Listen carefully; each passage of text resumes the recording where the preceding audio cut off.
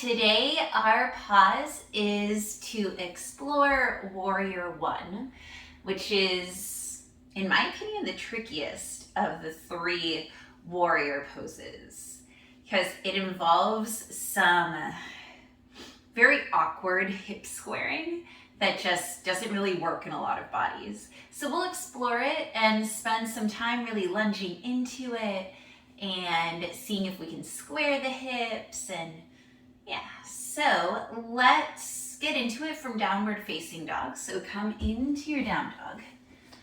Coming through tabletop, hands are underneath your shoulders, knees are underneath your hips. Really spread those fingers, press into your hands. Bring belly button towards your spine, engaged even here, and then tuck your toes under, and then hips go up and back, coming into your downward facing dog. And yes, your hamstrings are speaking to you. Start grounding through those hands and feet and send those hips towards the ceiling or the sky. And then in as many steps as it takes, step your right foot in between your hands. And don't get up quite yet. So if you need to have your hands on blocks to help you set up, please do. So let's look at that front foot first. Right knee stacks over the right ankle. Right big toe is pointed straight forward. And then look back at your back foot. Spin the back heel down. And that back foot is at a diagonal, almost like it's pointing towards 10 o'clock. And then from here, start to place your hands on your thigh and then start to make your way up. You can keep your hands on your thighs, or you can start bringing your hands to your hips so that way we can start squaring our body. So imagine this right hip drawing back, this left hip drawing forward. Right knee continues to stack over the ankle, and then let's travel up to our core. So belly button comes in and up towards the spine. That'll take out any huge back bend that's happening in your lower back. And then if you want a little bit more of an assist to get squared hips, take your left hand, reach it behind you, and grab the flesh of your inner thigh and then pull back. You'll see how that brought me further forward. Another thing that you can do is you can reach your right hand to your left rib cage and then pull it towards the right. And send those arms up, really anchoring through that back leg. Right knee over front ankle. Really press into both feet. And you'll start feeling some power in this right thigh. This is a very powerful pose if you work at it. Really press even that right heel down on the mat, right ball of your foot down on the mat. That'll continue to activate the back of your right leg. Continue to pull that belly button towards the spine. Have a smile on your face. Shoulders down and back. Hands nice and active, almost like you're squeezing arms in. All right, and that's enough for this side for now. So inhale here. Exhale, bring your hands to the mat, framing the right foot. Come onto the left toes and then step back into your downward facing dog. Notice the difference between your sides. Maybe you pedal one knee then the other, finding some movement here.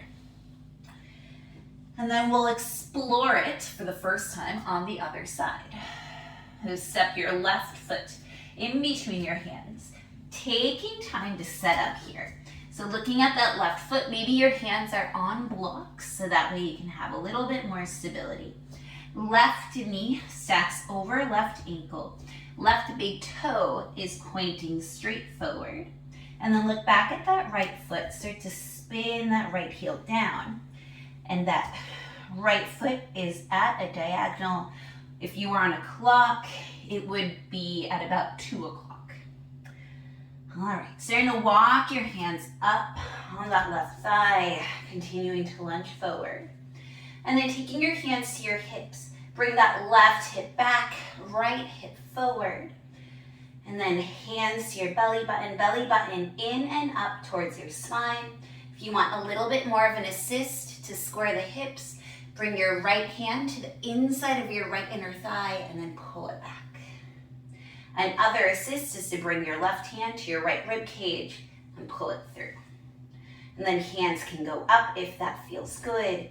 Continuing to lunge forward. And then this is where we really get to ground our feet down once we have our foundation.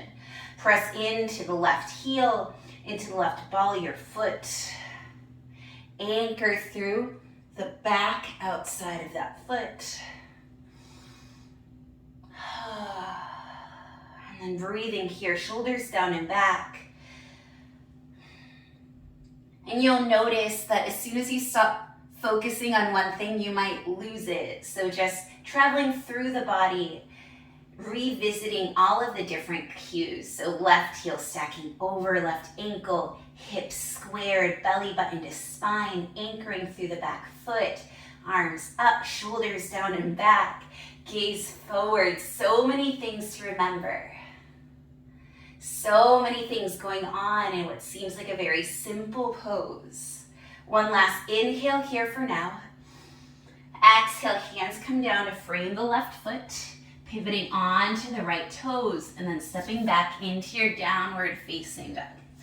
And we'll go through it one more time, because practice gets us to remember what it feels like in our body to be in this pose. All right, sending the right foot forward in between the hands. Taking your time to set up again. The right knee stacking over right ankle, right big toe pointing straight towards 12 o'clock. Looking back at your left foot, spinning it down. Left foot pointing towards 10 o'clock. Starting to walk your hands up on that thigh. Maybe bringing them to your hips and squaring those hips forward. Right hip back, left hip forward. And then belly button drawing in towards the spine, grabbing your left inner thigh with your left hand, pulling it back, and then starting to send those arms up. Remembering all your different cues here. So really pressing into your feet, sending that right knee forward.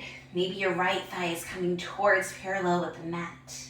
Right hip back, left hip forward, belly button towards your spine, shoulders down and back. Arms nice and strong. Gaze is front. Such a strong pose. Warrior one. One last inhale here, you're doing great.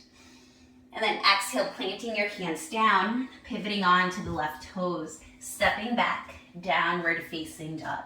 Maybe you pedal out the knees. Maybe you find some stillness. All right, this time, bringing your left foot in between the hands, taking the time to set up again. Left knee over left ankle, left big toe pointing straight towards 12 o'clock. Looking back at the right foot, spinning it down. Right foot is pointing towards 2 o'clock. Starting to walk those hands up on the left thigh, and then onto the hips. Bringing the left hip back, right hip forward. Reaching back with the right hand, grabbing the right inner thigh and pulling it back.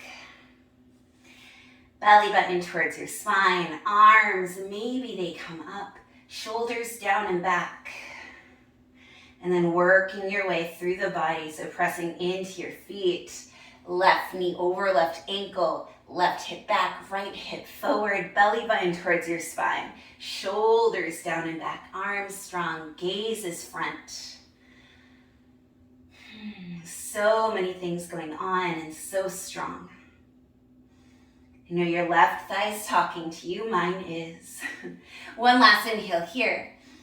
And then exhale, planting your hands down, framing that left foot, pivoting onto the right toes, and then sending it back. Downward facing dog. All right. And then we'll do it quickly, one time on each side, trying to just transition into it from downward facing dog instead of taking that whole setup. All right. As you inhale, bringing that right foot forward. Right away, spinning the left foot down, rising up, remembering all your cues into your warrior one. Exhale to settle here. Inhale, And then exhale, planting the hands down, pivoting on the left foot, stepping back, downward facing dog. That's a lot of cues to remember when we're not spending very much time in the pose, right? Yeah.